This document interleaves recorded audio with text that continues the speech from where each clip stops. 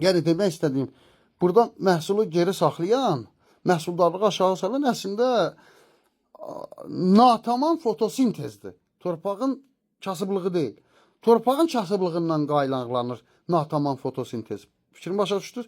Əgər torpaqda həmin o full fotosintezi təmin edə bilsəniz, o münbit torpaqdakı bağla zəif torpaqdakı bağın arasında məhsuldarlıq fərqi olmur. Hə, bir də bəzən paylaşıram ki, yaz aylarında qumat verilməməlidir və s. və dəfələrlə də izah etmişəm ki, səbəbini pH-a təsir etdiyinə görə və s. səbəblərə görə. Amma qumat ehtiyacı olan bağlar, yəni fotosintez, məsələn, tutaq ki, erkənlikdən söhbət edirəm də, gilasdır, erkən dövrdə, yaz dövrünə düşür onun zaten məhsul verməyi filanı, bəsməkanı hamısı.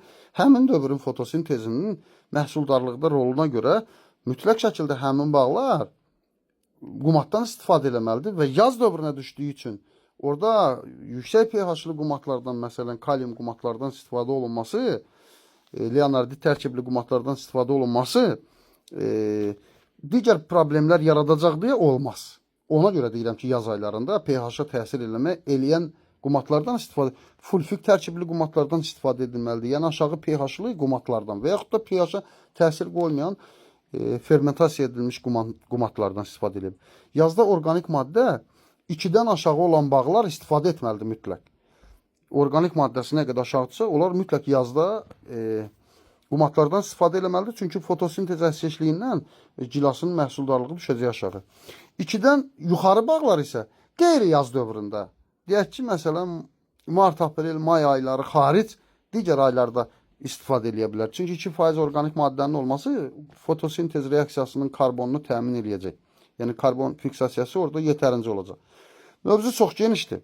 Biraz əl-ayağını yığmaq istəyirəm. Yekunlaşdıraq. Deməli, Qubanın bir Pirvahid kəndində bir bağa görə, yəni bir rasyonda nümunə götürürəm. Bir dostumun bağından gübrə rasyon nümunəsini hazırlayıram və hesablama şəkli və qaydasını da qismən göstərəcəm.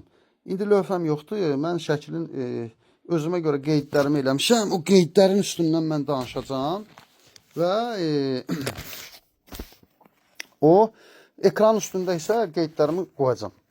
Deməli, ağac başına 1 kilogram amafos verilib. Və bu o deməkdir ki, ağacın fosfor ehtiyacı tam qarşılanıb.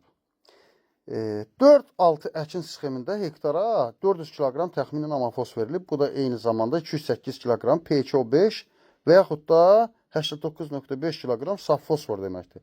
Və anion olaraq da 17.9 vurulsun 10 üstü 26 ədəd fosfor deməkdir. Fosfor iyonu deməkdir. Nəticədə bu fosfor, yəni 17.9 vurulsun 10 üstü 26 ədəd fosfor, eyni qədər də kalium və kalsiumun da mənimsənilməsində rol alır. Anion kation mübadiləsinə görə bu mövzunu mən amafosun, 100 kilogram amafosun torpaqda reaksiyaları mövzusunda paylaşımım var, onu izləyə bilərsiniz. Və bu toplam 119 kilogram kalium kalsium deməkdir.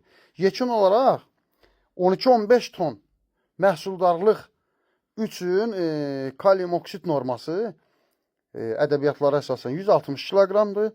Kalsium oksid norması 240 və konkret olaraq belə azot da kalium qədərdir, yəni 160-dır. Və konkret olaraq da bunlar mənim fikrim deyil, ədəbiyyatlara əsasəndir. Hər kəs ədəbiyyatlardan da açıb o həmin tələbi oxuya bilər. Və 119 ümumi mənimsənilə bilən kation əldə eləmişik 400 kiloqram amafosla. Bunun 60-ını kalium, 59-unu da kalsium oksid qəbul edə bilərik. O zaman 60 bölünsün 0,26, yəni kalsium nitratın tərkibində 26% kalsium oksid var. Bu da bərabər olur 228 kiloqram kalsium nitrat deməkdir. Yəni 400 kiloqram mən amafos verməklə elə fərz edin ki, verdiyimiz o 1 kiloqram ağac başına amafos eyni zamanda 228 kiloqram hektara kalsium nitrat vermiş olduğumu göstərir. Və əskiyim olan 11-12 kiloqram, yəni verir ona görə ki, torpaqda varsa əgər, onu aktivləşdirir deyə deyirəm. Amma torpaqda yoxdursa, bu şəkildə yanaşmaq doğru deyil də. Yəni, torpaqda kifayət qədər kalsium var deyə mən deyirəm. Və əskiyimiz olan 11-12 kiloqram, yəni 228 dedim, amma 240 olmalıdır. Yəni, 240 kalsium oksidin 228-i artıq amafosla verilib. 11-12-si qalıb. 11-12-ni də bölürəm 0,26-ya, yəni kalsium nitratın tərkibindəki kalsium oksidin miqdarına. Və bu da bərabərdir 44 kiloqram 360 qram kalsium nitrat eləyir. Yəni bu da artıq bizim yazda verəcəyimiz kalsium gübrəsidir. Yəni o yaz gübrələməsi deyirəm də. Bildik ki, yəni 1 yazdıq qoyduq qırağa. Yəni 1 kalsium nitrat 44 kiloqram 360 qram.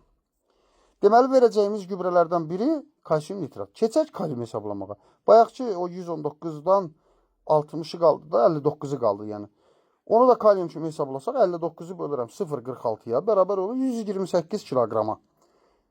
Amma kalium ehtiyacımız 160 olmalıdır da. Yəni dedik kalium 160, azot 160, kalsium 240.